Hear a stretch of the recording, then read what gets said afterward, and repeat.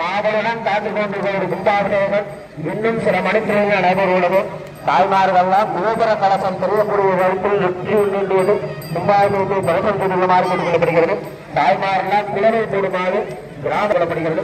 இன்னும் சில மணித்திரையில் கருட பகவான் கோபுரத்திற்கு மேலே வட்டமிட்டுக் கொண்டிருக்கிறார். அனைவரும் நிறுத்தனம் செய்து கொள்ளுமாறு கேட்டுக் கொள்ளப்படுகிறது. சர்வே ஆச்சாரியாக கும்பாபிஷே காலா ஆச்சாரிய பெருமக்கள் அனைவரும் கும்பத்தை கலசத்தை கையில எடுத்துக் கொள்ளுமாறு கேட்டுக் கொள்ளப்படுகிறது.